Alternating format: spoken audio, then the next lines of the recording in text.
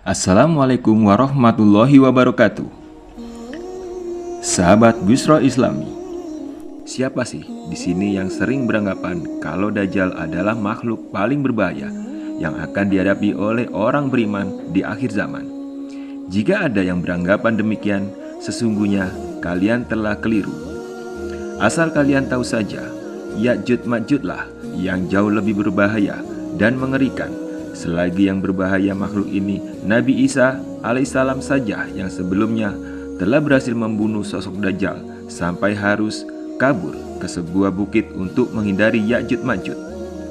Mengapa Nabi Isa kabur ketika menghadapi Ya'juj Ma'jud? Seperti apakah kisahnya? Terus tonton video ini hingga akhir agar tidak sesat. Namun sebelum lanjut, jangan lupa subscribe, like, dan tekan tombol lonceng notifikasinya agar channel ini bisa berkembang. Sudah bukan rahasia lagi, kemunculan sosok Dajjal dan Ya'juj Ma'jud merupakan tanda segera berakhirnya kehidupan umat manusia di muka bumi. Hal ini sebagaimana dikabarkan oleh Rasulullah dan beberapa sabdanya, di mana dua makhluk jahat ini akan muncul silih berganti untuk mengacaukan kehidupan manusia di akhir zaman. Dajjal yang muncul terlebih dahulu akan menyerang manusia dengan fitnah serta tipu dayanya, terutama kepada orang-orang beriman. Tujuannya agar mereka mau mengakui Dajjal sebagai Tuhan dan menjadi pengikutnya. Sementara Ya'juj Ma'jud menyerang seluruh manusia dengan kekuatan fisiknya.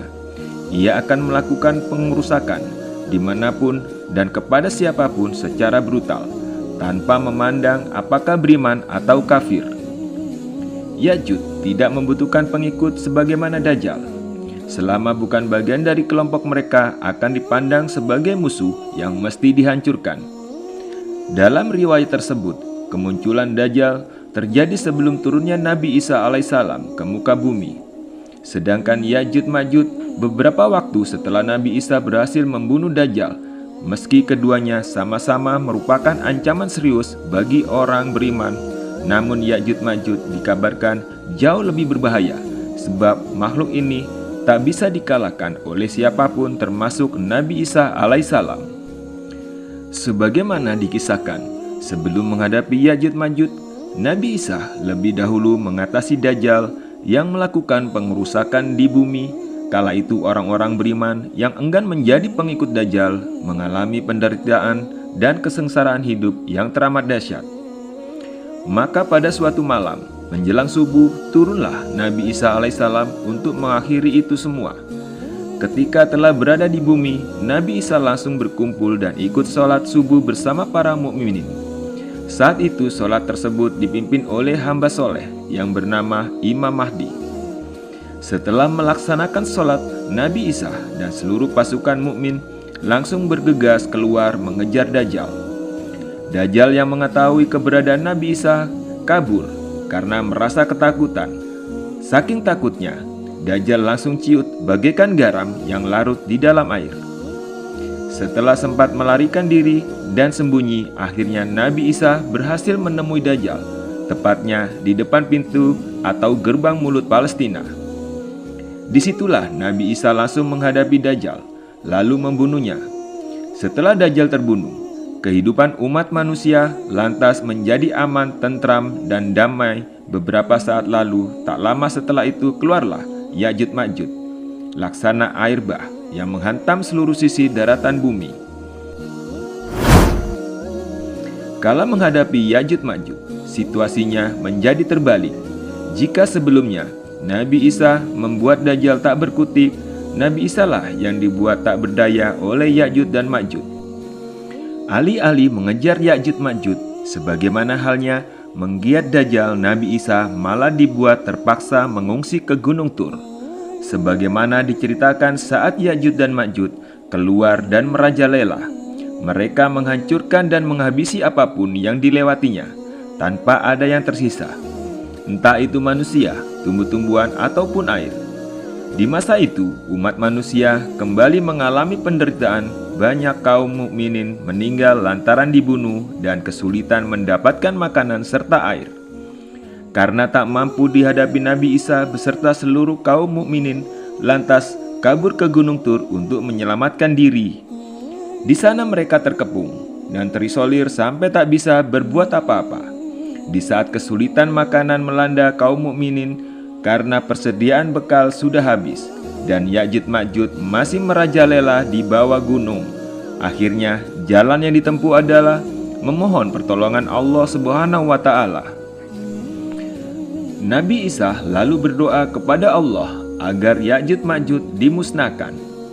Allah kemudian mengabulkan doa Nabi Isa dengan menurunkan binatang yang menggerogoti leher Ya'juj Ma'juj. Alhasil dalam waktu sekejap, seluruh Ya'juj Ma'juj mati secara bersamaan tanpa satu pun tersisa. Setelah Ya'juj Ma'juj binasa, Nabi Isa alaihissalam lantas berdoa lagi agar bangkai-bangkai Ya'juj Ma'juj itu dihilangkan dari permukaan bumi. Dalam waktu singkat, Allah Subhanahu wa Ta'ala mengutus ribuan burung yang besarnya seperti unta. Burung-burung ini kemudian membawa semua bangkai Ya'juj Ma'juj sampai habis, tak tersisa. Kemudian Allah juga menurunkan hujan lebat yang membersihkan semua sisa-sisa kotoran mereka. Setelah semua bersih, Allah menyuburkan bumi dengan tanaman dan makanan yang membuat semua makhluk di dunia ini hidup, sejahtera dan berkelimpahan. Dan tak lama setelah itu, Allah lalu mendatangkan angin yang akan mencabut semua nyawa orang beriman, sehingga di ujung cerita hanya orang-orang kafirlah yang akan merasakan dahsyatnya hari kiamat. Mengenal kisah ini dapat kita lihat pada riwayat yang diceritakan oleh Nawan bin Sam'an radhiyallahu anhu, sebagaimana berikut. Rasulullah SAW bersabda, setelah membunuh Dajjal, Isa mendatangi sebuah kaum yang Allah Subhanahu wa Ta'ala telah menjaga mereka dari keganasan Dajjal. Isa datang lalu mengusap wajah mereka satu persatu, seraya memberi kabar gembira dengan kedudukan yang tinggi di surga kelak. Ketika mereka sedang bercengkrama seperti itu, tiba-tiba Allah Ta'ala menurunkan wahyu kepada Isa. Aku telah membiarkan hamba-hambaku untuk keluar. Mereka adalah kaum yang tidak ada seorang pun yang sanggup menandinginya. Bawalah orang-orang yang ada bersamamu ke Bukit Tur. Maka Allah Subhanahu wa Ta'ala mengutus Ya'juj dan Ma'juj, dan mereka turun dengan cepat dari seluruh tempat yang tinggi. Rombongan pertama di antara mereka melewati sebuah danau Tobari. Mereka meminum air yang ada di dalamnya. Kemudian lewatlah kelompok yang belakang. Tatkala mendapati airnya telah habis, mereka berkata, sungguh, dulu di sini ada air. Lantas mereka mengepung Isa beserta sahabatnya sampai kepala sapi pada saat itu lebih baik daripada 100 dinar sekarang ini. Kemudian Isa beserta para sahabatnya berdoa kepada Allah Subhanahu wa Ta'ala. Maka Allah mengutus seekor binatang pada kaum tersebut yang sanggup membunuh mereka dengan cepat sehingga mereka semua meninggal dalam sekejap. Kemudian Isa beserta para sahabatnya turun dari gunung tersebut. Maka tak didapati sejengkal tanah pun, melainkan penuh dengan mayat serta bau busuk yang menyengat. Lalu Isa berdoa kepada Allah Subhanahu wa Ta'ala. Kemudian Allah mengutus burung-burung yang berleher panjang, membawa mayat dan membuangnya sesuai apa yang Allah perintahkan. Setelah itu Allah menurunkan hujan yang menimpa seluruh negeri, sehingga muka bumi menjadi bersih dari bau dan kotoran mereka. Selanjutnya dikatakan pada bumi, tumbuhkan tanamanmu kembali, limpahkan berkah kamu. Maka pada hari itu, satu kabilah bisa memakan hanya dengan sebiji buah delima, berteduh dengan dedaunannya. Hewan ternak menjadi berkah, sampai satu peran susu unta cukup untuk manusia, dan satu peran susu sapi cukup untuk satu kabilah.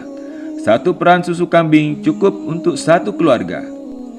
Pada saat seperti itu, tiba-tiba Allah Subhanahu wa Ta'ala meniupkan semilir angin sepoi yang mengalir di bawah ketiak mereka, yang mengambil setiap ruh orang mukmin dan muslim.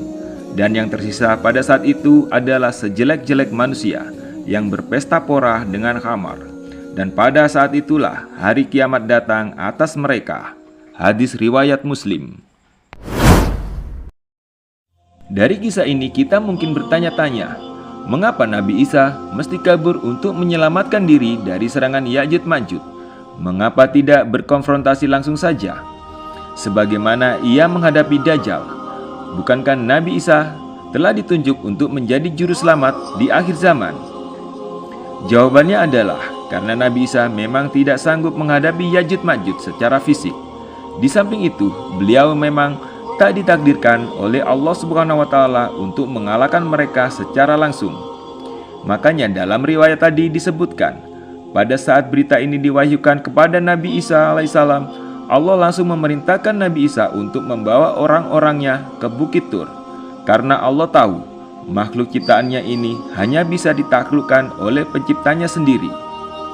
Sahabat beriman, terlepas dari pertanyaan tadi, adakah di antara kalian yang tahu mengapa Nabi Isa alaihissalam yang ditunjuk oleh Allah untuk menghadapi Dajjal dan Ya'juj Ma'juj pada akhir zaman? Wallahu a'lam bishawab. Wassalamualaikum warahmatullahi wabarakatuh.